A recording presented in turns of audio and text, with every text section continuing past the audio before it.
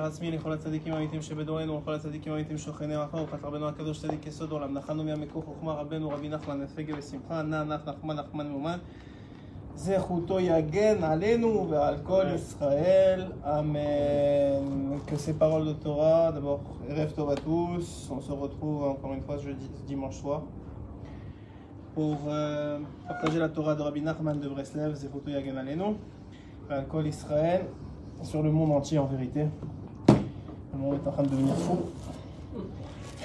Ou bien il était déjà, juste il le dévoile maintenant sans complexe. C'est soit l'un soit l'autre. En tout cas, et que ces paroles de Torah soient pour la refouach chez les maths de Rabbi Amos ben Partona, de Hanina bat Mamar. Hanina bat Mamar, de Esther bat Phoebe.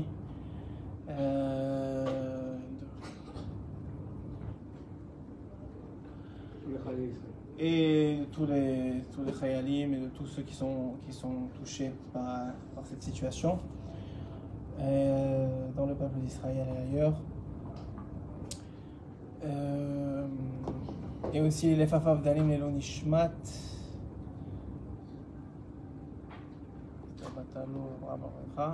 qui votre papa? C'est quoi son nom? Nissim Ben Esther. Et toutes les âmes d'Israël qui ont besoin de se rapprocher du Kisei HaKavod.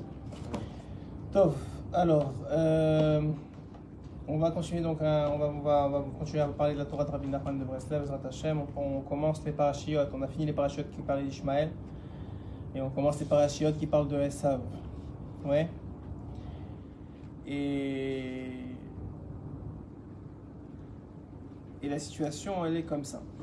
Il y a le Yanouka, il rapportait récemment une Gemara, tout le monde connaît normalement, enfin c'est ceux qui connaissent un peu la Gemara, dans Masechet Psachim, Daf Mem Tet. Là-bas, le fils de Rabbi Yoshua ben Levi, il était en mort clinique, il est monté en haut, il a vu des choses, il est revenu. Quand il est revenu, Rabbi Yoshua ben Levi lui pose la question, qu'est-ce que tu as vu? Alors il lui dit trois choses. Premièrement, j'ai vu que tous ceux qui sont appelés, qui sont considérés comme des petits ici-bas, en vérité, ils sont très grands en haut. Tous ceux qui sont considérés grands ici-bas, en vérité, c'est des très petits en haut. Alors, tous ceux qu'on croit, qui font pas de bruit, qui sont comme ça dans leur coin, qui nettoient la synagogue, qui font des petites mitzvot par-ci par-là, qu'on croit que c'est rien du tout, qui se vantent pas de se lever la nuit pour faire tikkun chatzot, qui se vantent pas de faire des teilim. Rabbi Nachman a déjà dit que le Mashiach il serait accueilli par ceux qui sont habitués à faire des teilim. Comme ça il a dit. Donc ces gens-là, ils ont l'air petits en bas, ils font pas beaucoup de bruit, on les entend pas beaucoup, ils passent pas la télévision.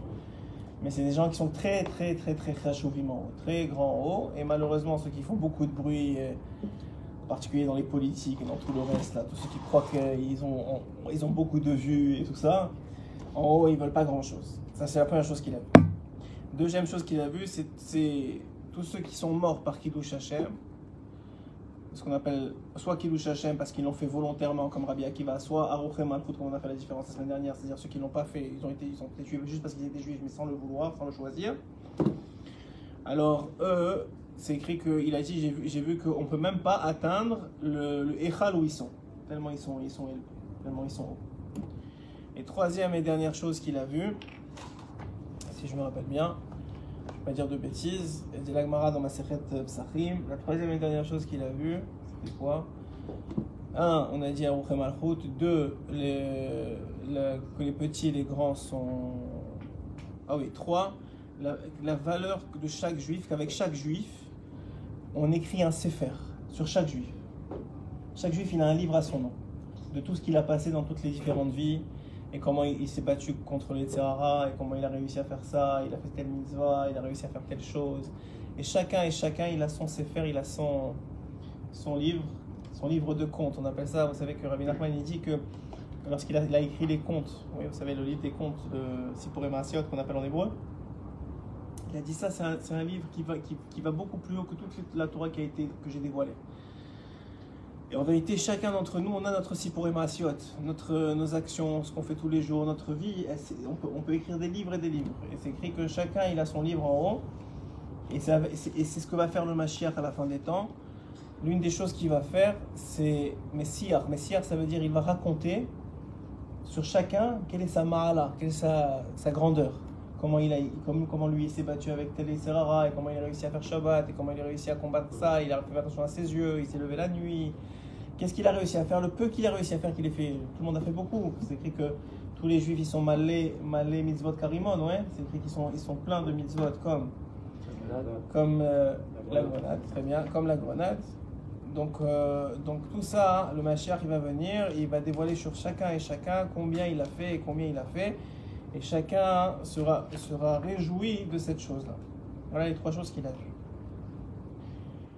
Et des trois choses, il semblerait que Rabbi Shmuel Levi, ce qu'il a été le plus impressionné, c'est que les petits en bas ont l'air de ceux qui sont petits en bas sont grands en haut, et ceux qui sont grands en bas sont petits en haut. Il a dit ça, c'est Meyochad. Le reste, j'imagine qu'il savait déjà. Tout ça pour dire quoi? Que le monde, il est fou. Ça, c'est une évidence. Que le mensonge, on l'a déjà expliqué, il prévaut dans le monde, mais ça, on n'avait pas besoin des informations ni de ce qui se passe aujourd'hui pour le savoir. Déjà, Rabbi Shimon Bar Yochai, il y a 2000 ans, il a écrit que ce Olam, c'est le Olam HaSheker, c'est le monde du mensonge. On sait déjà, on l'a expliqué en fin de shiur la semaine dernière, que le Baal Shem Tov, il a expliqué, et Rabbi Nachman aussi l'a dit dans son écoute moral qu'on a fait la semaine dernière, que pour qu'il y ait du shalom, il faut qu'il y ait de la vérité. Et qu'avec des gens qui mentent, ou qui sont tellement habitués au mensonge qu'ils ne se rendent même plus compte qu'ils mentent. C'est-à-dire que tu leur dis, tu leur montres des photos, tu leur montres des choses, ils te disent mais non, c'est du mensonge, c'est du trucage. Ils sont tellement dans le déni de la réalité que c'est même pas la peine de parler. Donc à ce moment-là, dans un monde comme celui-là, il n'y a pas besoin de se casser la tête avec les autres. D'abord, dit Rabbi Nachman, il faut être en shalom avec nous-mêmes.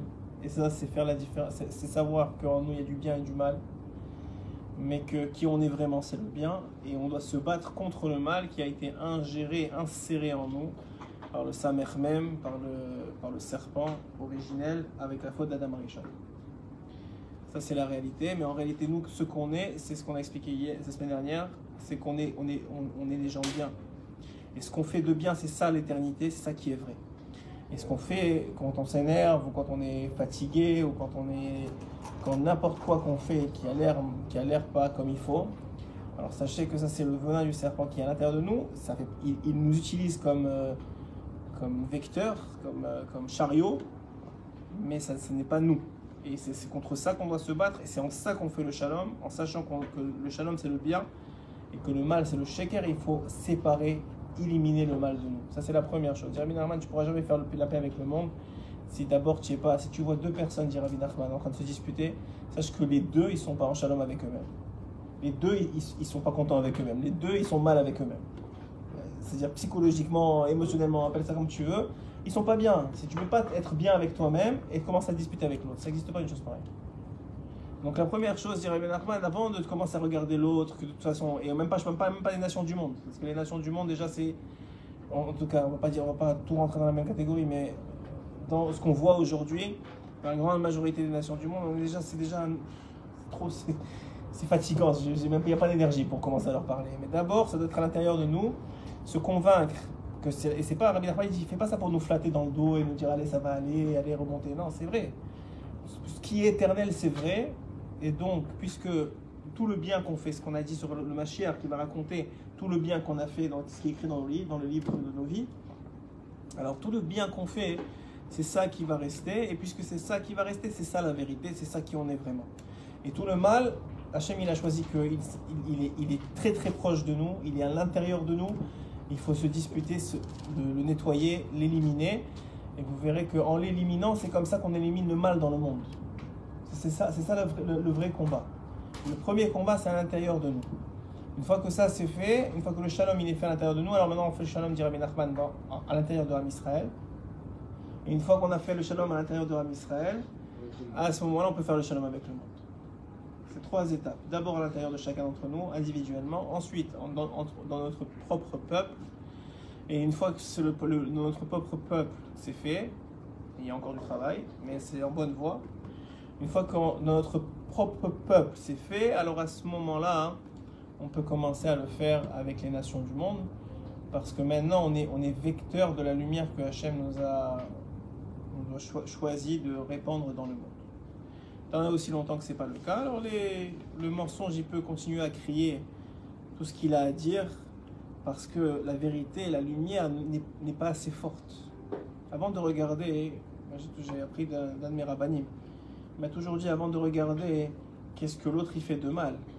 Comment ça se fait que toi qui est soi-disant a compris le bien, tu n'illumines pas suffisamment pour qu'il comprenne qu'il fait quelque chose de mal. Vous comprenez la nuance, c'est-à-dire c'est quoi le Kiddush Hashem? C'est quand un homme il te voit et dit c'est ça la vérité. Ça c'est un vecteur de Dieu. Mais tant et aussi longtemps qu'il ne comprend pas que c'est la vérité, alors ça veut dire que tu n'es pas assez un flambeau, tu n'es pas assez une lumière. Ceux qui voyaient le Rabbi de Lubavitch, ceux qui voyaient le Rabbi Nachman, ceux qui voyaient le Baal Shem Tov, ils savaient que c'était la vérité. Personne ne pouvait rien faire devant le Gaon de Vilna. Le Gaon de Vilna, il a enseigné une fois un shiur à ses élèves sur la force des téphilines. Il leur a dit, celui qui porte les téphilines, même si un goy vient avec un flingue devant lui, il sera mévoutal, il va s'annuler devant les téphilines. Et le lendemain, comme par hasard, il y a des Cosaques qui arrivent dans la synagogue, ils commencent à tabasser les juifs. En pleine synagogue avec les téphilines sur la tête. Tout de suite, qu'est-ce qu'ils ont fait? Ils sont partis voir le Gaon. Ils lui ont dit, vous nous avez dit, avec les téphilines, personne ne va rien nous faire. On a mis des téphilines, on s'est fait tabasser. Il dit, non, il y a porter les téphilines, il y a faire la mitzvah des téphilines. C'est pas la même chose. Il y a celui qui les porte parce que voilà, il les porte, mais il y a une séparation entre lui et la mitzvah. Il le fait, mais c'est pas une partie de lui. Il y a quelqu'un comme le Gaon que lui, il mettait les téphilines, il avait peur de regarder. C'est écrit que celui qui voyait le Harizal faire schéma, il avait une maladie des yeux. Parce que c'était trop fort, c'était trop de lumière. Donc on voit qu'est-ce que ça veut dire faire des mitzvot et stam, faire ce qu'on peut. C'est pas la même chose. Maintenant, c'est pas pour critiquer Chas v'Shalom, c'est juste pour comprendre qu'il y a des niveaux et que le premier travail, dit Rabbi Nachman, même si là, encore une fois, ça n'a rien à voir avec ce qui se passe pendant la guerre et ce que fait Tzahal, ça c'est une guerre de défense, il protège la terre d'Israël, il protège le peuple d'Israël et ça n'a strictement rien à voir avec ce qu'on est en train de dire ici. Mais nous, à notre niveau, on doit comprendre qu'il y a une guerre intérieure, qui est, quel que soit le matzav en réalité. C'est juste que Hachem, Yitbarach, avec sa grande bonté, on le voit de plus en plus que les histoires elles sortent, il est en train de réveiller le monde pour rappeler qu'est-ce qui est vrai. Mais ceux qui sont, comme on dit, Yoshev Beseter Elion, Yoshev, il s'assoit dans ce qui est caché du monde. C'est le Beth Midrash. Ils sont avec des livres de Torah. Ils n'ont pas besoin de la guerre et de toutes les histoires qu'on entend sur le Shabbat. Et sur celui-là a été sauvé grâce à la Tziout, et celui-là a été sauvé grâce au Shabbat, et celui-là a été sauvé grâce au fait que, comme on m'a rapporté encore il y a quelques minutes, on m'a envoyé un message, une histoire, quelqu'un qui a rapporté qu'il habitait le Moshav où ça a été attaqué. Mais ce Shabbat-là, il était invité à l'autre bout du pays parce qu'il a un appartement là-bas et il loue à des gens. Des gens de Torah et ils leur louent et ils ont été invités, ils ont toujours dit non et cette fois-là ils ont insisté qu'ils ont dit oui. Alors on leur a demandé par quel mérite vous avez été sauvés. Alors la femme du couple elle a dit parce que les gens chez qui on a été invités c'est nos locataires et là où on habite ça n'arrête pas de monter et mon mari m'a toujours dit que le monsieur c'est un Talmid Chacham, c'est un Avrer Kollel, on leur monte pas le loyer. Et malgré que l'immobilier l'a monté, nous on a accepté de pas monter le loyer. Et elle dit, maintenant, c'est Hachem qui sait qui est vraiment ce qui les a sauvés. Mais elle dit, voilà, je pense que c'est un signe d'Akadosh Baruch Hu que le fait qu'on a respecté la Torah et qu'on a donné de l'honneur de la Torah et qu'on était prêt à perdre de l'argent pour aider une famille qui étudie la Torah. Alors ça nous a sauvés. On n'a pas besoin de ces histoires. La vérité c'est que la Torah elle est vraie, tout ce qui est écrit est vrai et il n'y a que ceux qui ne sont pas assez instruits dans la Torah qui peuvent comprendre le contraire. On a déjà fait des shiurim dessus, c'est pas le sujet aujourd'hui. Donc l'idée elle est comme ça. L'idée elle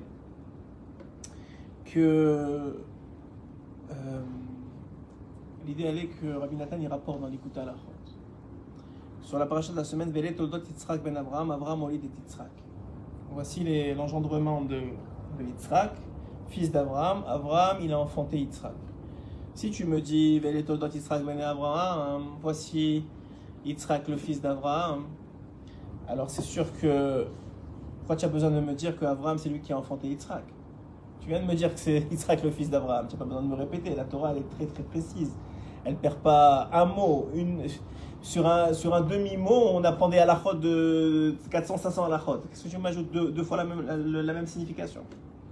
Alors, évidemment, Rabbi Nathan, il dit au nom de Rabbeinu Kadosh, il dit Mazé Avraham Olid et Yitzhak. Avraham Olid et Yitzhak, ça veut dire Avraham, il a enfanté Yitzhak. Avraham, c'est le chesed, c'est la bonté d'Hachem. Elle enfante aussi, parce que Yitzhak, c'est les dignes. La Gvura, exactement.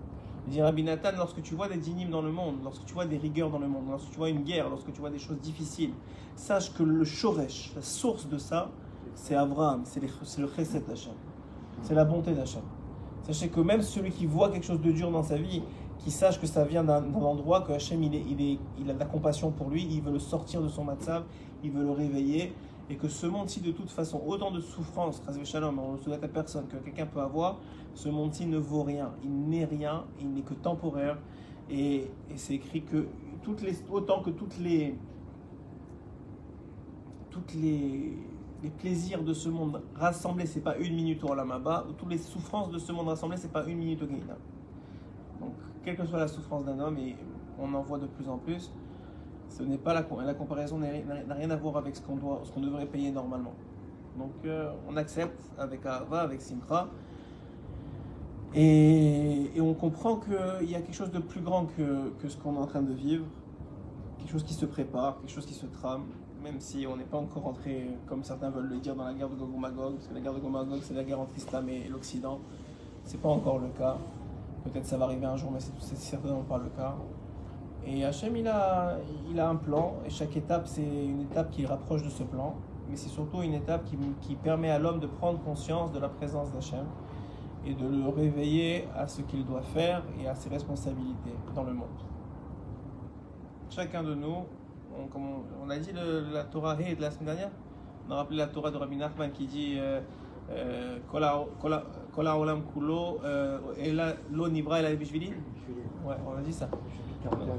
Exactement, aussi. Du 41 italien, c'est la Torah 5 du côté moral, où l'homme, tout le monde n'a été créé que pour moi. Ça veut dire que je suis responsable du monde, c'est-à-dire que je dois prier pour lui, c'est-à-dire que je dois me renforcer pour lui, etc.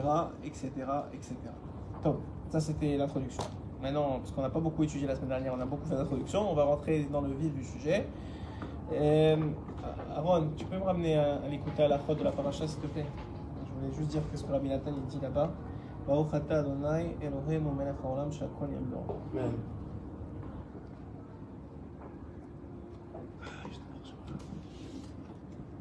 כן, בדיוק. תודה רבה. יאללה. Alors, il dit, voilà, très bien. Il dit Rabbi Nathan, Yitzhak ta'a be'esav shiatsa admoni. Yitzhak qui s'est trompé à propos de Esav qui est sorti roux, qui savar chez Tokef idgabrut hadamim chez bohu bechinat azud digdusha, parce qu'il a cru que la rougeur qu'il avait, elle venait d'une mida, d'un trait de caractère qu'on appelle la azud digdusha. La azud digdusha, c'est l'empressement dans la mitzvah. C'est même plus que l'empressement, on pourrait traduire ça comme, c'est pas de l'empressement, la azud, c'est comment on traduit ça, la azud?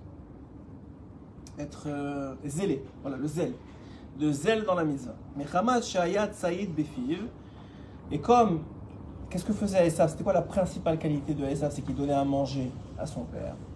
Shaya Meramet Aviv, il a réussi à tromper son père, à Er Merasrin et à Teven, en lui posant des questions sur la dîme, etc., qui n'avaient rien à voir avec ce qui m'était même retenu. Kiilou Tzadik, comme si c'était un Tzadik. Al-Ken, d'ailleurs, c'est la différence entre Ishmaël et Esav. La principale différence entre Ishmaël et Esav, c'est que Ishmaël, c'est un péré Adam, mais c'est pas un hypocrite. Il te regarde en pleine face, il te dit mort aux Juifs, je vais te tuer, c'est ça que je veux. Pas tout Ishmaël, mais on va dire, ils sont beaucoup dans le monde aujourd'hui, mais c'est pas tous, ça c'est sûr.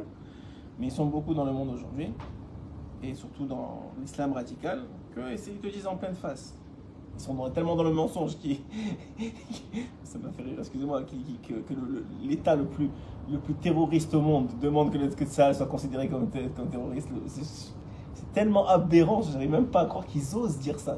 Moi j'aurais honte à leur place. Mais c'est tellement, ils sont tellement dans le mensonge. En tout cas, je ne vais pas rentrer dans ça, ça m'en fout. Et d'un autre côté, le problème de Esav, c'est le problème que c'est l'hypocrisie. C'est-à-dire que d'un côté, il te dit je suis avec toi, on condamne la situation, on condamne un truc. Ah, mais d'un autre côté, un mois plus tard, ah, mais ça y est, c'est fini. On a oublié déjà qu'il y a des prisonniers, même si c'est des gens de notre nationalité, ça s'en fiche, c'est comme personne n'en parle. Et on a oublié la terreur, et maintenant il faut juste faut juste arrêter. Vous avez perdu des soldats, vous perdez des gens, ben c'est fini, c'est comme ça. En tout cas. Keilohu tzadik, donc il fait semblant d'être tzadik. Alken savar Yitzhak shegam ha'admimut shebo shemara shehu shofer damim hu bechilad azud igdusha sherotze yitgaber neged haovrim al dat. Parce qu'en réalité, c'est écrit que Esav, le shoresh de Neshama de Esav, c'est-à-dire la source de la Neshama, de l'âme de Esav, elle était capable d'atteindre beaucoup plus haut que Yaakov.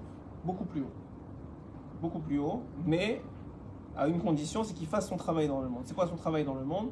C'était ce qu'il faisait semblant de faire avec son père, c'est-à-dire de s'occuper de la matière pour que Yitzhak, qui était le tzaddik de la génération, et après lui Yaakov, puisse s'occuper de la spiritualité.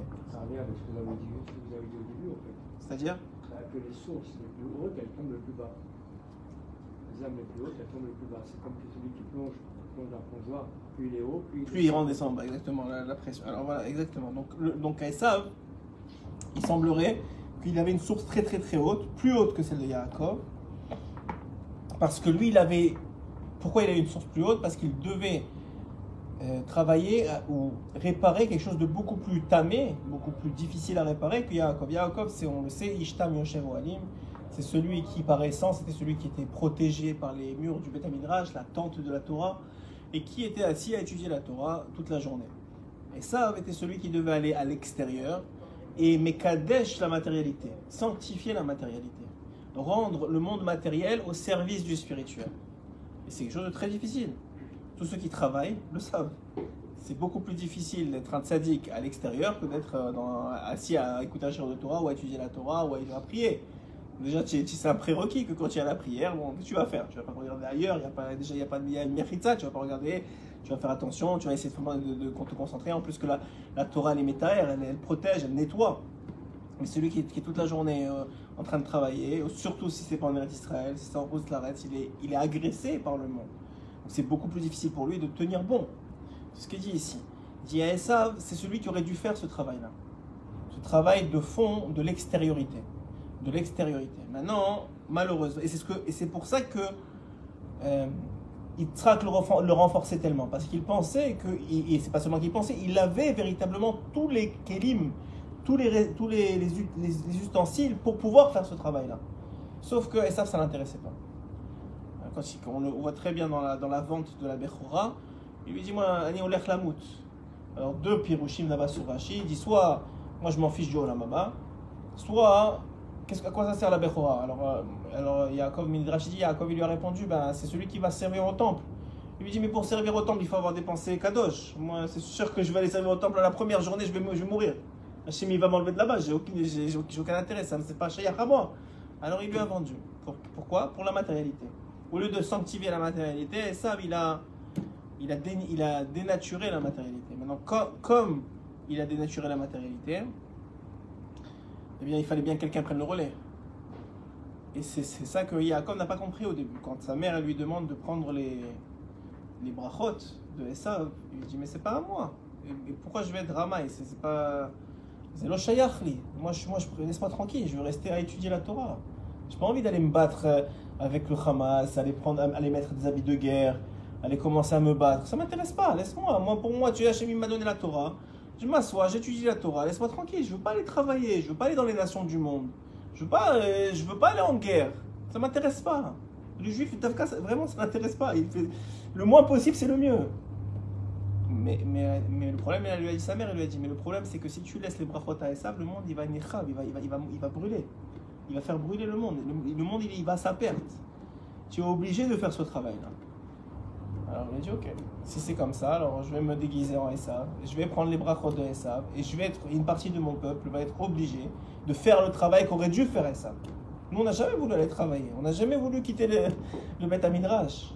On n'a jamais voulu aller faire la guerre. Mais si c'est pas nous, c'est qui? C'est ça le problème. Si c'est pas nous, c'est qui? Alors, on a bien vu, quand il n'y avait pas d'État d'Israël, il n'y avait pas de Sahel, qu'est-ce qui est arrivé? La Shoah, les pogroms, et ainsi de suite. C'est fini le temps où le peuple d'Israël meurt en silence. C'est terminé ça. À un moment, il faut que ça change. Et donc il a fallu Baruch Hashem. Et on l'a vu d'ailleurs dans ceux qui ont créé l'État d'Israël. C'était pas des gens religieux, c'était des travaillistes. C'est-à-dire que c'était des gens qui avaient comme idée Ils se sont battus de pour créer. la terre. Voilà, d'abord ils sont battus pour la terre, mais ils sont surtout battus pour un idéal que le peuple d'Israël devait avoir une terre. À un moment, c'était même pas question d'un terre d'Israël, c'est Hachem qui les a amenés ici parce que c'est notre terre. Mais la réalité, c'est quoi? C'est qu'il y avait cette idée-là chez Ben Gurion et chez d'autres, que le peuple d'Israël devait avoir une terre. Pourquoi? Parce que il devait faire ce travail de Esav, il devait travailler la terre, comme Esav aurait dû le faire. Il devait se créer un pays, une Ouma, avec un gouvernement, avec un État, avec une armée. Pourquoi? Parce que sans ça, on a vu ce que ça a donné pendant des milliers d'années. On est passé d'un pays à l'autre, d'un pogrom à l'autre, d'une destruction à l'autre. Et je vais vous dire, principalement chez Esav. Parce que Ishmaël, tant que tu es sous sa tutelle, tout va très bien. Tu le vois jusqu'à aujourd'hui en Iran. Pourtant, l'Iran, c'est le pays le plus anti-juif du monde. Pourtant, ils ont une communauté juive qui vit là-bas. Ils ne veulent pas le laisser partir. Parce qu'ils savent qu'il y a une bracha chez eux. Est enterré là-bas, Esther et Mordechai. Ça veut dire que tout le monde musulman comprend, parce que c'est un monde profondément, malgré tout, même si c'est abîmé, mais c'est un monde profondément monothéiste, qui croit en Dieu, malgré tout ce que vous voulez dire. D'ailleurs, c'est pour ça que le Rambam dit qu'on a le droit de rentrer dans une mosquée, pas dans une église. Parce que la mosquée, c'est monothéiste, et l'église, malheureusement, ils ont fait un autre Dieu avec leur prophète. Mais donc, il y a un monde musulman, et on l'a vu chaque fois qu'on a vécu au Maroc, en Tunisie, en Algérie, parce que nous, naturellement, le peuple juif n'est pas un peuple de guerre, n'est pas un peuple qui impose sa loi. On n'est pas prosélyte. Au contraire, on a la vérité. On n'a pas besoin de personne pour la prouver. On n'a pas besoin de la prouver à personne. On sait que c'est vrai. Celui qui veut, qu'il vienne. Celui qui ne veut pas, merci beaucoup. Au contraire, on te décourage. Ne viens pas voir. C'est mieux d'être un bon non-juif qu'un mauvais juif. Et c'est tellement facile d'être un juif qui ne respecte pas toutes les mitzvot parce qu'il y en a tellement. Alors reste un bon non-juif qui respecte les 7 lois noachides. Et comme ça, tu auras ton olam haba et tout ira bien. Donc on comprend bien que dans le peuple juif, que lorsqu'il était dans tous ces pays-là, et qu'il était sous tutelle des différents gouvernements musulmans, bah, tout allait bien, parce que nous on ne fait pas de vagues, et on est des gens qui travaillons, qui sont dans notre coin, on ne se mélange pas, donc on ne fait aucun problème. C'est avec Esav que c'était le problème, parce qu'Esav il ne supporte pas ça, il veut l'universalité. Il veut que tout le monde soit les mêmes, il comprend pas les ghettos juifs et la Torah c'est à vous. Non, il veut que tout le monde soit les mêmes. Donc c'est avec eux que c'était le problème. Et d'ailleurs, même dans la Torah, on ne voit pas que Ishmaël s'est battu avec Yitzhak. Sarah, elle a vu que Ishmaël il faisait des problèmes à Yitzhak. Yitzhak, il sait jamais. Même le Midrash, il dit qu'il se battait verbalement. Que Ishmaël il a dit à Esav, de quoi, à Yitzhak, excuse-moi, il a dit à Yitzhak, il lui a dit, de quoi tu te vantes, toi? Moi, j'ai fait la Brit Mila à 13 ans, j'ai souffert, toi, tu l'as fait à 8 jours. Alors, qu'est-ce qu'il a dit, Yitzhak? Il a dit, moi, maintenant, si on me demandait de me tuer pour Dieu, je monterais sur l'autel. Tout de suite après, qu'est-ce qui s'est passé? Hachem, il a demandé à Abraham, amène ton fils sur l'autel. Pour montrer que c'était vrai. C'est-à-dire, ne commence pas à parler avec moi, on n'est pas sur le... Et Sarah, elle a vu ça, elle a vu que, en tout cas au début, parce qu'après c'est écrit qu'Ishmaël à la fin de sa vie a fait tchouva, il a reconnu la place de Yitzhak et il a laissé, le jour où Abraham est parti de ce monde, il a laissé devant lui pour bien comprendre que c'est lui qui héritait de lui, etc. Donc il y a dans le, qu'on veuille ou qu'on veuille pas dans Amalek, l'Iran c'est Amalek, donc j'en parle même pas, mais on va dire dans l'islam, il y a une partie du monde musulman qui bizarrement est capable de respecter et de comprendre la foi juive. Beaucoup plus même que les nations du monde. Mais malgré tout, il y a une idée qu'on n'a pas vu Yitzhak et Ishmaël se disputer parce que tout de suite, Abraham il a fait le lien, il a dit toi, maintenant ça y est, c'est Yitzhak qui est ma descendance. Et après ça, Ishmaël l'a reconnu de toute façon. Ce qui est venu après, ce qu'on voit jusqu'à aujourd'hui, c'est encore pour une autre raison. Le Ramban il dit quelque chose de très très très très dur. Le Ramban il dit que parce que Sarah, parce que vous savez toute l'histoire avec Agar, oui. Elle a viré Agar. Voilà, elle a viré exactement. Parce que Sarah, elle a vu ce que ça faisait de mal à Yitzhak, ce que Ishmaël faisait de mal à Yitzhak, elle a mis de la pression sur Agar qui a quitté. Et le Ramban il dit, cette pression-là, elle n'aurait pas dû être faite par Sarah, et Sarah ne voulait pas le faire. Elle a dit à son mari, regarde ce qui est en train de se passer. Et Abraham, malheureusement, c'est-à-dire c'est pas que lui d'ailleurs, on est souvent comme ça les maris, on voit la situation mais on n'a pas la force de s'en occuper, donc on s'en retire. Et il lui a dit, Agar est entre tes mains, c'est-à-dire fais ce que tu veux avec elle, ne me prends pas la tête. Alors, très vite fait. Hein. Et donc, alors qu'il aurait dû prendre les choses en main et lui mettre le céder comme il fallait, et il a laissé Sarah mettre un peu de pression sur Agar, et à ce moment-là, ça a créé une certaine frustration, une certaine détresse chez Agar qui a levé la tête au ciel et Hachem l'a écouté, jusqu'à aujourd'hui. Donc ça veut dire qu'il y a, on le sait, d'ailleurs c'est rapporté que lorsque la terre d'Israël, ce qui n'est plus le cas, mais dans toutes les années où la terre d'Israël n'était pas sous autorité juive, alors à qui il l'a donné? Il l'a donné aux Turcs, etc., qui étaient de confession musulmane. Pourquoi? Parce que c'est écrit qu'ils ont un certain mérite à faire la Brit Mila. Il y a 13 ans, ils ont un certain mérite. Il faut leur payer leur mérite dans ce monde. Dans l'autre monde, c'est encore une autre histoire. Ils ont un mérite. Mais toute l'idée, elle est quoi? Elle est que Ishmaël, c'était déjà la paracha de la semaine dernière. Maintenant, on rentre dans Esav. Esav, c'est un vrai combat. On voit que Yaakov et Esav, c'est pas... Dès le ventre de leur mère, déjà, ça se bat. Parce que c'est deux idéologies qui sont complètement opposées. C'est l'un qui va vers Dieu et l'autre vers la Avodah Zarah. Ishmaël, c'est quelqu'un qui va aussi vers Dieu, comme le peuple d'Israël, mais faussement. C'est le mensonge, c'est encore une autre idée. Et avec le mensonge, on ne se bat pas. On ne le regarde même pas. Le mensonge, on le laisse là où il est parce qu'un jour ou l'autre, Dieu viendra et dira voilà, c'est ça la vérité, et tout le monde saura que c'est la vérité, on s'arrêtera là. Mais avec Esav, c'est pas ça. Avec Esav, il y a un combat. Pourquoi? Parce que Esav, et on l'a vu, on n'a pas vu autant d'assimilation dans les exils maghrébins, dans les exils des pays arabes, comme on le voit aujourd'hui aux États-Unis ou en France. Il y a une assimilation du peuple d'Israël qui est énorme, énorme. Vous n'avez aucune idée. Aux États-Unis, il y a à peu près un tiers du peuple juif qui est parti, c'est fini. Ils sont mariés avec des non-juifs, ils ont des enfants non-juifs, c'est terminé. C'est terminé. Mais ça, c'est ça. Et ça, c'est un combat qui est beaucoup plus sournois parce qu'il y a une certaine hypocrisie dans une partie de ce peuple-là et parce que il y a ce combat idéologique entre le monothéisme et quelque chose d'autre. Quelque chose d'autre vraiment. C'est ici, Rabbi Nathan, que c'est quoi le problème de Yitzhak? Où est-ce que Yitzhak s'est trompé? Il a vu dans Esav, ou dans la rougeur dans Esav, ou dans la rousseur plus exactement de Esav, ce qu'on appelle la Hazout d'Igdusha. Ce que David Amelech avait vraiment. David Amelech, il est venu réparer à Esav. Parce que lui aussi, il était rouge comme Esav. Et d'ailleurs, lorsque son père et ses frères, ils l'ont vu, ils ont dit, voilà encore un autre Esav.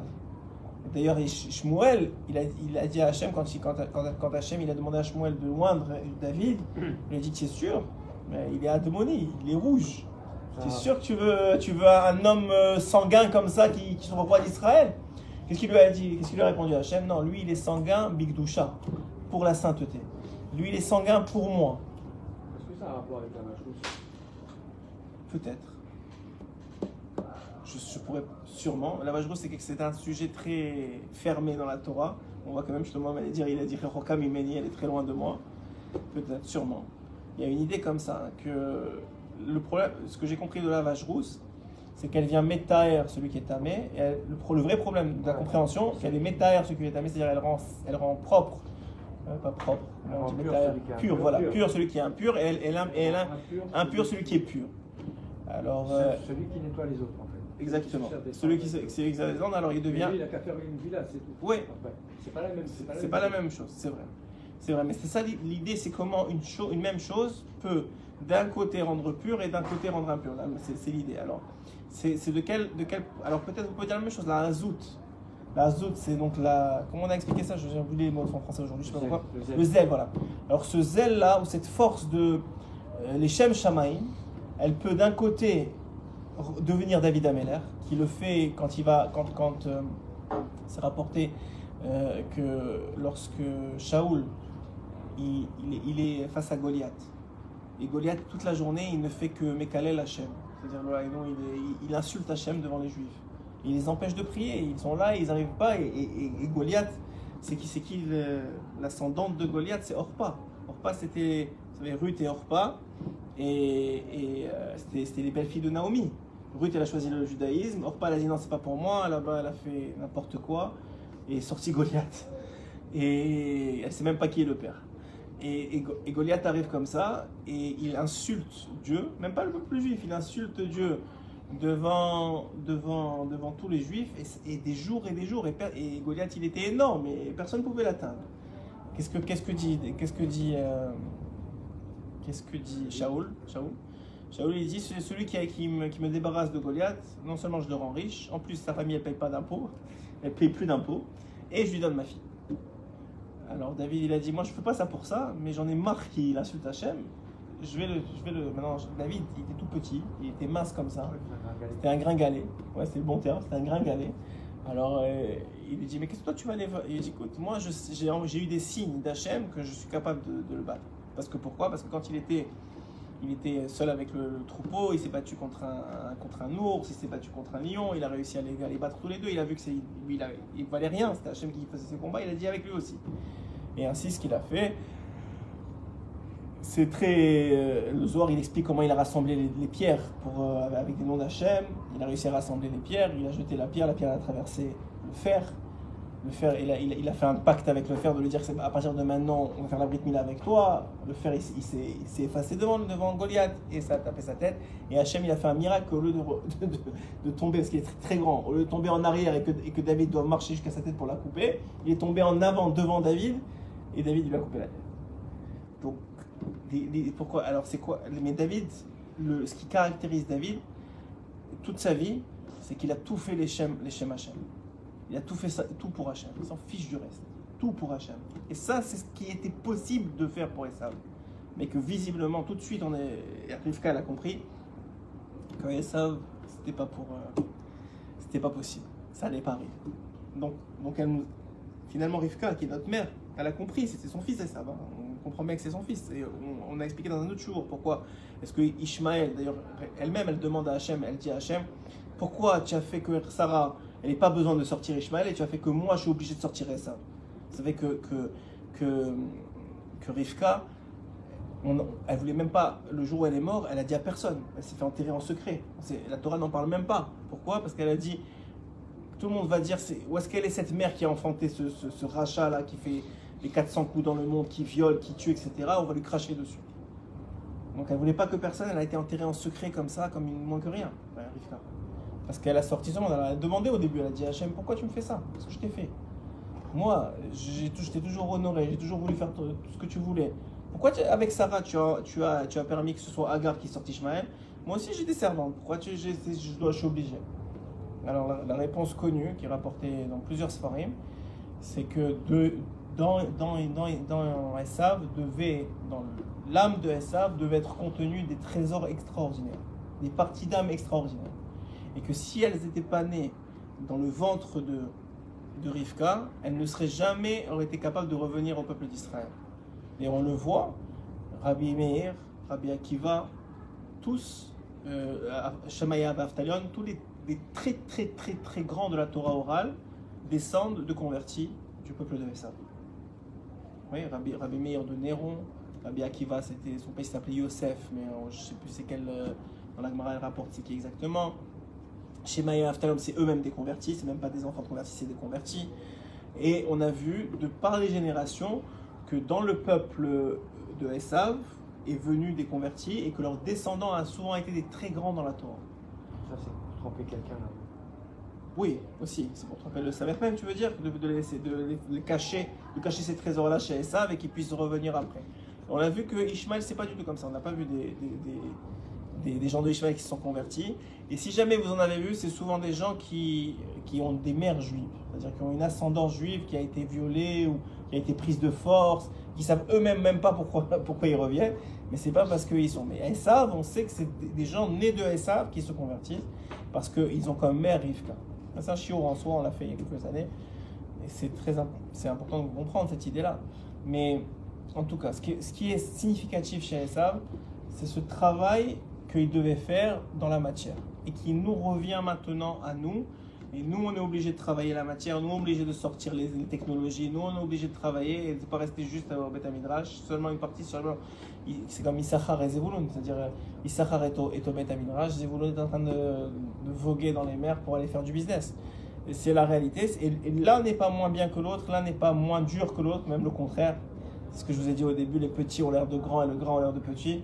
Les gens qui sont là à faire cordonnier ou je sais pas quoi, moi, ce qu'ils font comme travail, ils sont souvent beaucoup plus grands s'ils sont honnêtes et droits, parce que être honnête et droit dans ça, c'est beaucoup plus difficile que d'être honnête et droit à rester entre quatre murs à étudier la Torah, mais même si c'est deux choses, deux mondes différents. En tout cas, dans cette idée-là, ce que dit Rabbi Nathan, Kilou Tzadik, Alken Savar Yitzhak, chez Gamad Mimout, chez Bob et chez Mara, chez Shofer Damim, ou Bechinat Azud Diglusha, chez Rotzel et Gaber Neged Aovrim, Aldar. Qui David Aya Admoni, voilà, il dit David était lui-même roux, mais il avait des beaux yeux. Mais Zebechinat Azud Diglusha, ces beaux yeux, c'est le rappel, la Azud, mais pas n'importe quel zèle, le zèle de la Glusha, c'est-à-dire faite pour Hachem. Qui Aya Lochem Ilchemet Hachem, parce que même s'il se battait, même s'il se faisait des guerres, et c'est aujourd'hui, je pense, très très approprié, il faisait les guerres d'Akadosh Baruch. C'est-à-dire qu'il ne partait pas en guerre sans demander à Hachem, il partait en guerre les Shem Shamayim. Les Shem Shamayim, c'est-à-dire toujours tout ce qu'il faisait, c'était, il se demandait est-ce que c'était ça la volonté d'Hachem ou pas. Jamais il allait comme ça, stam, aller faire une guerre juste pour la soif de sang. C'est d'ailleurs une grande différence entre, même s'il y en a tellement, entre nous et le Hamas. C'est que tu peux pas comparer. Je trouve ça aberrant quand des gens comparent des gens qui prennent plaisir à tuer, qui tuent pour tuer, qui sont là, et on le voit là, dans la façon dont ça a été fait, et ceux qui, comme notre armée, se défendent l'âme Israël, défendent le peuple, et qui sont dans tous leurs faits et gestes, s'assurent le plus possible d'éviter de tuer. De spécifiquement tuer ce qui a besoin d'être tué, de limiter le maximum les pertes. Le peuple juif n'a que toujours valorisé la vie, jamais la mort. C'est-à-dire la mort, c'est valorisé dans le sens que elle suit une belle vie, une vie de droiture, une vie de vérité, une vie de Torah. C'est seulement là où la mort est valorisée. Pas quand tu fais le plus grand mal dans la vie et là tu crois que la mort elle va te rapporter quelque chose. C'est aberrant. Quand je rentre comme ça, je ne comprends pas qu'il y a des gens qui y croient encore. Parce que l'essentiel de la royauté divine, elle dépend de ça. Elle dépend de gens qui sont capables d'être comme David Ameler. De faire des choses dans ce monde, comme les guerres, mais les Shem Shamayim, pour Dieu. C'est là où se dévoile, dit Rabbi Nachman, et Rabbi Nathan ici, le plus la royauté de Dieu. C'est pas quand quelqu'un il est enfermé dans un Beth Midrash, même si c'est une très très grande ma'ala et qu'on sait très bien que la vraie guerre elle se fait d'en haut et que la guerre qui se fait d'en haut c'est grâce aux pages de Torah, aux Teilim, aux gens qui prient. Mais il y a une autre guerre qui est la guerre de l'action, et cette guerre de l'action, c'est une guerre de ce qu'on appelle la Malchut d'Igdusha, la royauté sainte contre la royauté du mal. Il y a une vraie guerre qui se passe. Mais Frinat Hashem, Be'ozecha Ismach Meler, qui est le fait que. Voilà, exactement. Qui Gvar Mevoar Ba'Torah, Chotam Betor Chotam. Donc on avait déjà expliqué dans une Torah al-Khaf Bet, Shitzrichim Litpalel Hashem Itbarach, qu'il faut prier vers Hashem, Shiske Le'afrin Ben Azud Igdusha She'aliado Binyan Yerushalayim, qu'il puisse distinguer entre ce zèle de sainteté, que grâce à ça sera construit Yerushalayim, ou Ben Azud et Sitra Achara, avec le zèle de la Sitra Achara du côté du mal, Shiu Bechinat Aspanim la Geinam, qui amène directement à l'enfer. Chez Zeu Bechinat, celui qui est tellement imbu de sa personne, tellement dans le mensonge, qu'il est orgueilleux de son acte, alors que c'est un acte qui mène directement à l'enfer. Comme ce qu'ils ont fait le 7 octobre. להפכין בין העזות לקדושה על ידו בעניין השמים ובין העזות יסתך אחרה שהוא בחינת עז פנים לגיהינם שזהו בחינת יהי רצון שתבנה עירך במהרה בימינו. Et c'est dans cet esprit-là qu'on demande que Hachem très vite reconstruisent le Beth Amikdash, parce qu'il y en a qui disent qu'on va s'emparer du mont du Temple et on va commencer à reconstruire le Beth Amikdash. Sachez, je vous rassure, que ça va pas être comme ça que ça va se passer, que c'est interdit pour les Juifs de même rentrer dans le mont du Temple, encore plus de le reconstruire. C'est Hachem qui va le reconstruire, et bien assez tôt, Bezrat Hachem. Et grâce à quoi? Grâce à la Hazout d'Iglusha, tous ceux qui feront preuve, comme David Ameller, de guerre sainte, c'est-à-dire de guerre en son nom, pas seulement de guerre physique, mais aussi de guerre spirituelle. Chez Niskar, Bemsa, Mishnah, Heveas, Kanamer, comme elle dit la Mishnah, qu'on doit être az, donc on doit être audacieux comme le léopard. Et c'est pour ça que même des grands tzadikim comme Yitzhak peuvent se tromper face à ça. Parce que dans l'action, un meurtre, c'est un meurtre. Ouais. Qui sait pourquoi tu as tué? Qui sait pourquoi tu as tué? Il n'y a que Dieu qui sait. À part quand eux, ils se filment en train de faire des atrocités en même temps et de couper des gens, et ça, c'est encore une autre histoire. C'est même pas... Mais même dans celui qui tue, c'est un meurtre, c'est un acte sanguinaire. Qui sait pour qui tu as tué? Et seulement Hachem, il bouchène les cœurs, il sait que c'est de la Hazout d'Iglusha, il sait que c'est pour protéger un peuple, pour protéger un pays, pour protéger sa nation, pour protéger ses frères. Et lui, il bouchène le cœur et il utilise ça pour reconstruire le Beth Amikdash. C'est pour ça que Shmuel lui-même, il allait se tromper sur David. Shaya Admoni, il était roux. Peut-être lui, il est comme Esav. Peut-être lui, il est de la Hazout, du mauvais côté. Et Moshe Ita be Midrash Parashat Toldot, comme c'est écrit dans le Midrash de Parashat Toldot. Mais Kevan Shira Shmuel et David Admoni, il t'arrive à Amar Avze, chauffeur d'Amim, qu'Esav.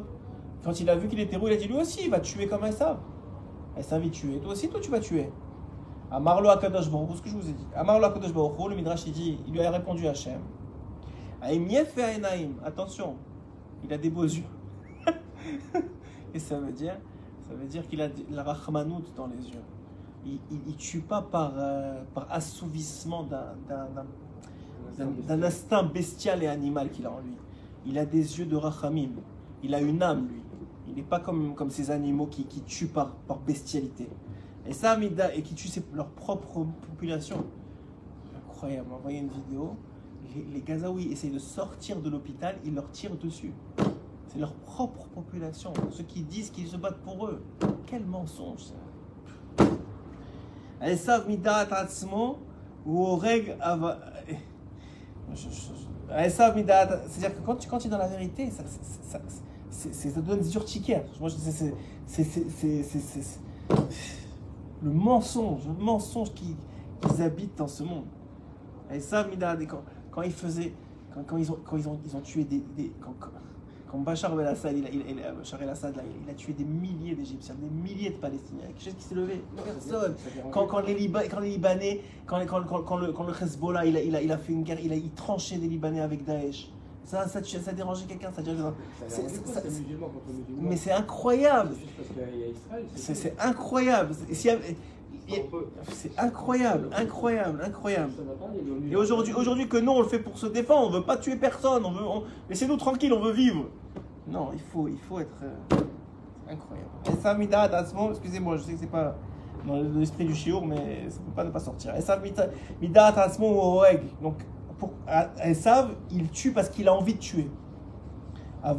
Il a envie de tuer, c'est en lui, il faut qu'il trouve une raison. La raison, c'est secondaire. D'abord, je tue, après, je trouve une raison parce que j'ai tué. C'est un chasseur, c'est Esav. Et d'ailleurs, Amalek, c'est qui Amalek? Amalek, il descend de l'union entre Esav et Ishmaël. Vous savez ça?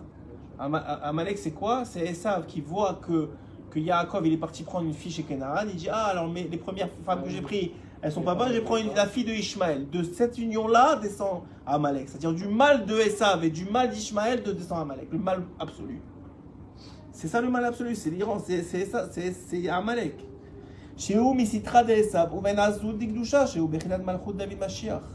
Alors que le contraire, c'est David Ameller. Et lui, c'est la Malchut, c'est la royauté de Dieu, c'est la royauté du Mashiach. Be'agve Daika, est-ce qu'on a encore un peu de temps? Okay. 5 minutes. Allez, 5 minutes. Be'agve Daika. J'ai appelé, ils ont repoussé le vol. Vous avez encore jusqu'à demain. Mais ce serait pas étonnant dans la situation actuelle. Be'agve daika. Chacun il a son travail à faire là où il doit être. C'est une évidence. Mais tu comprends qu'aujourd'hui il y aura. En tout cas, on va pas rentrer dans ça. Be'agve daika, il y aura un bureau, il faut faire attention. Be'agve daika, kishitgaber esav besof hagalut, be'agvok meshicha. Donc, on va faire cette partie-là parce qu'elle est très très belle. Pourquoi est-ce qu'il a attrapé, pourquoi est-ce que Yaakov il a attrapé Esav par le talon? Ouais. Aïkev. Il l'a appelé Yaakov en partie pour ça, oui. Chez Gaber Esav et Sof Agalot, parce que quand Esav, à la fin de l'exil, c'est-à-dire maintenant, là, à la fin de l'exil, il va se renforcer. Mirtselidros Be'akevo shel Rosh Israël. Il tentera d'écraser la tête d'Israël. Il dit la Yaakov va se lever sur lui son talon, le talon d'Israël. C'est-à-dire la force de sa main, c'est-à-dire la force de la prière d'Israël. Comme on sait que lorsqu'il y avait le combat contre Amalek, c'est écrit, la Torah elle dit que les mains de Moshe étaient de Emouna, étaient de la foi. Perisan bitzlo, ochezet be'akevo, léapilo ou lashpilo aliédézé, qu'il va réussir à le déséquilibrer, le faire tomber grâce à ça. Qui est un kocheno et la bapé, parce que notre force elle est que dans notre bouche. Vous voyez, même nous on sait, c'est pas les armes qui nous rendent forts. On ne veut pas se battre avec les armes. Litfos et omanut avotenu, que nous on veut se renforcer grâce à ce que nous a laissé nos pères Avraham, Yitzhak et Yaakov, c'est-à-dire la Emouna. Même si on a vu que, et d'ailleurs c'est très connecté, ceux qui ont un peu lu le Zohar sur cette partie-là de la Torah, lorsque Avraham se bat pour sauver Lot, qui se bat dans la guerre des 5 rois contre les 4 rois, qui est la guerre de Gog et Magog, qui n'est pas la guerre qu'on vit aujourd'hui. Parce qu'on a déjà dit que la guerre de Gog et Magog, c'est la guerre de l'Occident contre Ishmaël. On va le voir bientôt, ça va arriver. Aujourd'hui déjà, on voit que Ishmaël, grâce à la population, à l'immigration, elle est en train de prendre le pouvoir dans les pays occidentaux. Aujourd'hui, les pays occidentaux ont peur de parler. Tellement l'électorat est ishmaélite. Et ça, c'était écrit, c'est-à-dire qu'il y aura un combat entre l'Occident et Ishmaël. D'un côté, un combat frontal, États-Unis, Iran, ce que vous voulez. Il y a un combat intérieur, à l'intérieur même des nations occidentales qui sont infiltrées.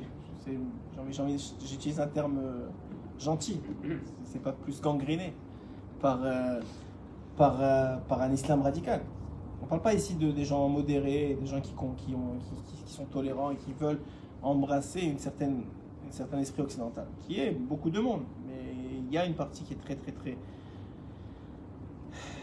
très extrémiste dans cette partie-là. Qui en kochenu el abapé, litfotz omanut avotenu, litzok elav yitbarach, mikol makom shehu, c'est-à-dire de prier, de crier vers lui dans chaque endroit où on est. Et ça, c'est le travail de Yaakov fondamentalement. Le travail de Yaakov, de chacun d'entre nous, c'est de crier vers Hachem, de lui demander d'amener sur le monde du Rachamim, en particulier sur Israël, mais sur tout le monde entier, qu'enfin se dévoile sa royauté. Qu'enfin se dévoile la royauté d'Ikdusha, c'est-à-dire de reconstruire, pas que nous on va rien reconstruire, que lui reconstruise son temple, que lui reconstruise Yerushalayim, que lui dévoile ce qu'il a à dévoiler. Et c'est écrit, il y a une Gemara qui dit qu'il n'est pas bon de parler ni de Gog ou Magog, ni de la venue du Mashiach. Une Gemara dans Maseret Ktubot, où là-bas Rashi, c'est une Gemara où il y avait un sage, qui chaque fois que quelqu'un parlait du Mashiach, il lui disait tais-toi. Il disait tais-toi. Et il dit pourquoi tu me taire? Il dit parce que c'est écrit qu'il doit venir Be'eser Hadat, il doit venir quand on s'y attend pas. Tout le monde en parle, tout le monde s'y attend, et il vient pas, on le repousse. Alors dit Rashi là-bas. C'est un peu comme un Malek. Tu as le devoir d'y penser tous les jours. Voilà. Et de le supprimer. Exactement. Alors voilà, c'est très très beau ce que tu dis parce que c'est exactement ça. Dans le Mashiach, il y a un devoir de l'attendre tous les jours, mais on ne doit pas en parler. Et on ne doit pas en faire un sujet. C'est-à-dire quoi? Il dit qu'il faut qu'on y croit tous les jours. Qui croit? Alors ça veut dire quoi y croire? Y croire, ça veut dire j'y participe. Ça veut dire quoi j'y participe? Ça veut dire que je fais des actions qui permettent sa venue. Ça veut dire je fais tchouva tous les jours, je fais les mitzvot tous les jours, je fais la tfila tous les jours, je prie tous les jours, je suis bon tous les jours, je suis honnête tous les jours, et comme ça je permets de ne pas le retarder. Mais d'en parler, de dire il va venir, je ne fais que le retarder. Comme ça, il dirait le Rabbeinu. On parle même pas que Rabbeinu, c'est écrit dans le Gemara, c'est fourrage. Ne parlez pas du Mashiach, vous faites que le retarder. Faites ce qu'il faut pour le faire venir. Ce qu'il faut, faire tchouva. Maintenant, le problème, c'est que les gens, ils croient. Il y a certains, je sais pas si c'est des rabbinis, mais certains gens qui croient que le fait de dire il va venir, ça renforce les gens. Mais s'il vient pas, c'est pire. C'est comme quelqu'un, tu lui dis, tu sais quoi, fais Shabbat, tu vas te marier. Fais Shabbat, tu vas te marier. Au bout de 2 ans, il s'est pas marié. Il dit, tu sais quoi, le Shabbat, je laisse tomber. Maintenant, pour le faire revenir au Shabbat, c'est beaucoup plus difficile. Non, il ne faut pas donner de date. Ça, oui, ça c'est interdit de donner une date. Ça, c'est clair que c'est interdit de donner de date. Mais Ça, dire que c'est le moment, c'est bien de Mashiach, tu as le droit de le dire. Il n'y a aucune réserve là-dessus. C'est vrai, mais même non, encore une fois, je suis d'accord avec vous, mais il y a un lien de pas en faire un sujet. On sait ce qu'on a à faire pour qu'il vienne. Et Hachem, il décidera quand. Hachem, il sait ce qu'il fait. On a dit déjà la semaine dernière que Hachem, chaque fois qu'un juif il est triste avec lui beaucoup plus que lui. Ouais. Beaucoup plus que lui. Donc il souffre encore plus que nous.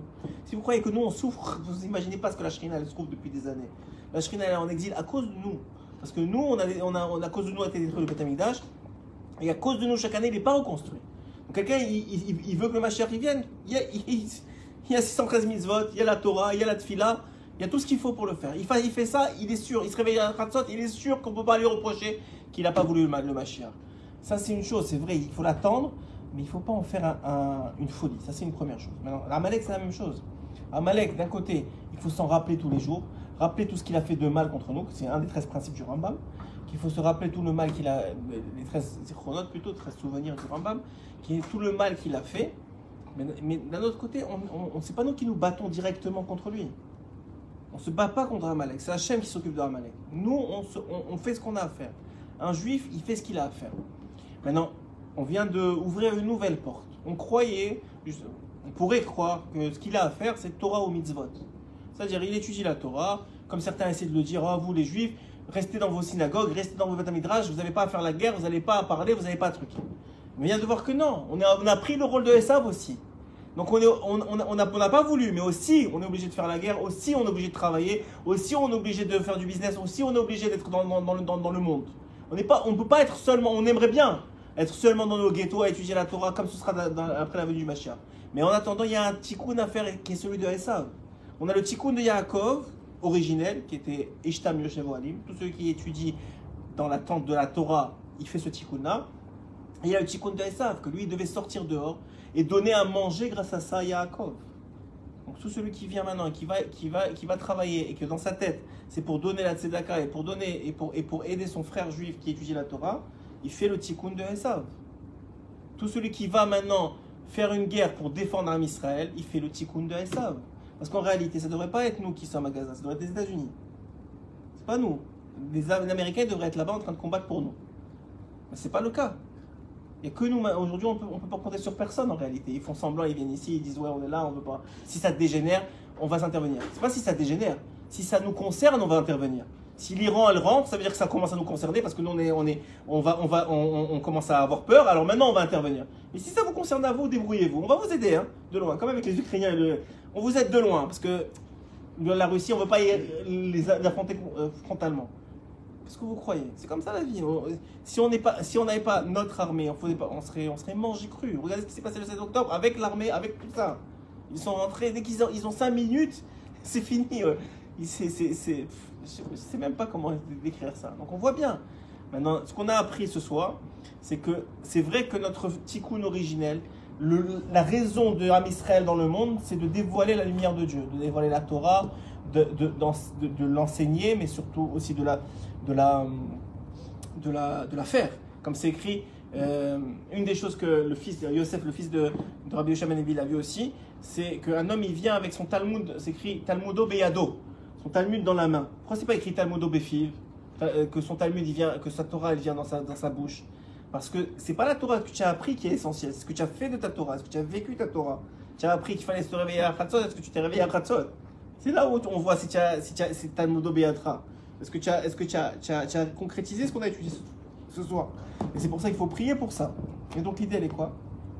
L'idée est que ne croyons pas que même si le juif ne s'en rend pas forcément compte, mais les juifs ne sont pas médecins, avocats ou je ne sais pas quoi d'autre dans le monde, ou businessmen, parce qu'ils l'ont voulu. C'est pas parce qu'ils l'ont voulu, c'est parce que leur Neshama, elle est là pour réparer cette partie-là aussi. Donc, naturellement, ils sont attirés par ça. Naturellement, ils sont attirés par ça. Et il y a une partie du peuple qui doit réparer seulement la partie de Yaakov, c'est-à-dire la partie de Ishtam, Yoshev, Olim. Il y a une partie du cœur qui doit réparer la partie de Esav. Ce qui est sûr, c'est qu'on ne doit pas réparer la partie d'Ishmaël. Ça, c'est sûr. Est-ce que eux, c'est du mensonge, et le mensonge, il doit être éliminé par Dieu lui-même. Et ça, c'est pour ça qu'on n'a jamais voulu se battre avec Ishmaël. Ça a toujours été des guerres de représailles, c'est-à-dire de défense. Que ce soit la guerre des 6 jours ou la guerre de Kippour, ou ce que vous voulez, ça n'a jamais été nous qui avons attaqué parce qu'on n'a aucun intérêt à se battre avec Ishmaël. Ishmaël, on le sait déjà, c'est du mensonge, c'est Hachem que lorsqu'il dévoile la vérité, Ishmaël va s'enfoncer par terre. Ce sera terminé, les mosquées elles vont s'auto-détruire de honte. Donc nous, on n'a pas besoin de faire ça. Par contre, avec Esav, on a un problème. C'est que Esav, il est hypocrite, il rentre à l'intérieur du peuple d'Israël pour aller assimiler le peuple à sa façon d'être. Je ne sais pas si c'est Bilam, mais ça. Quand il a dit oui, quand tu l'as dit. Fait mélange, se mélanger avec ses femmes, c'est vrai. C'est l'idée de Bilam, c'est vrai. L'idée de Bilam, mais je ne sais pas. Oui, c'est l'idée de Bilam, c'est vrai. Donc c'est l'idée de Bilam, et ça c'est un problème parce que. Pas les maudire, mais si tu leur envoies de la znout, là ça marchera. Donc exactement l'idée, et donc c'est pour ça qu'on est obligé de faire son travail là. Et ce travail-là, il nous met en contact avec eux, mais on doit, le tikkun, c'est de faire ce travail-là, mais d'être suffisamment juif pour ne pas être avalé par les nations du monde. Et il y en a qui disent que c'est une plus grande Shoah que la Shoah qui a vraiment eu lieu. Aujourd'hui, l'assimilation du peuple d'Israël, c'est une plus grande Shoah que la Shoah, parce que quelqu'un parce que, comme on dit, qui c'est que tu dois respecter le plus, ton père ou ton rav? Si tu as les deux qui se noient, qui tu dois te le sauver le plus vite? Alors la Gemara, elle dit ton Rav. Pourquoi? Parce que lui, il t'a fait rentrer, il t'a donné la vie au Olam Haba, et lui, il t'a donné la vie dans ce Olam Hazé. Donc comme le Olam Haba c'est éternel, le Olam Hazé est temporaire, ton Rav il prend le dessus. Ok? Et ben, c'est exactement la même chose. Quand ils nous ont, le 7 octobre, ils ont tué des gens. Ils nous ont tués dans ce monde, mais on a notre Olam Haba. Au contraire, ils nous ont fait passer directement. Ceux qui sont partis, ils sont directement montés dans des endroits qui ne seraient jamais montés s'ils n'avaient pas été tués comme ça. Mais celui qui t'assimile, alors lui, il t'a fait perdre ton Olam Haba. Et ça, il t'a perdu pour l'éternité. Ça c'est un beaucoup plus grand problème. Donc ça, c'est le travail, c'est l'attention qu'on doit porter sur ça. C'est qu'il a l'air d'être ton ami, mais en réalité, mais en réalité, il n'est pas ton ami. Et malgré nous on est dans le shalom, c'est-à-dire on va pas commencer à faire des guerres avec personne, on va pas ni même leur mettre la réalité en pleine face, mais nous on doit être conscient que c'est ça la vérité. C'est qu'un juif, ça reste un juif, quel que soit le tikkun que Hachem lui a demandé de faire. Que ce soit le tikkun de Yaakov qui est Ishtam Yoshev Olim, c'est-à-dire celui qui étudie la Torah, ou que ce soit celui qui va travailler, qui va vivre dans les nations du monde, mais qui doit se rappeler qu'il est juif et qu'il restera juif toute sa vie, et ses descendants resteront juifs, parce que Hachem il lui a donné cette âme-là, il l'a choisi comme ça.